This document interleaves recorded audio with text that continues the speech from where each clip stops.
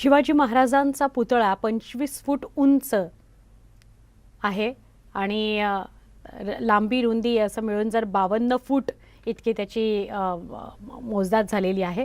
पुढे जाऊया नागपूरमध्ये देखील शिवभक्तांनी शिवाजी महाराज जयंती जल्लोषात साजरी करण्याचं ठरवले। सकाळी 6 वाजता महालाच्या शिवाजी पुतळ्याचा दुग्धाभिषेक करण्यात आला। त्यानंतर शिवरायांची पूजा करण्यात आली। ढोल ताशांच्या गजरात शिवजयंती उत्सवाला सुरुवात झालेली आहे। यावेळी शहरातील वेगवेगळ्या भागातील शिवभक्त महाल इथं शिवजयंती उत्सवात सहभागी होण्याकरता येत आहेत।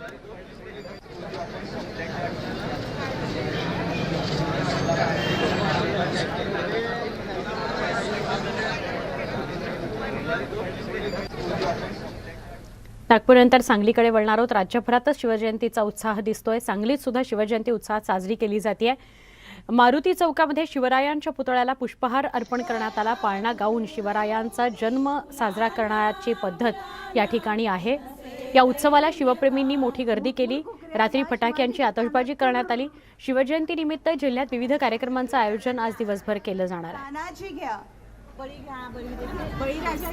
बळीराजा घ्या वली भोसले कुळीला शिवाई पावली चर हातीवरून वाटा साखर।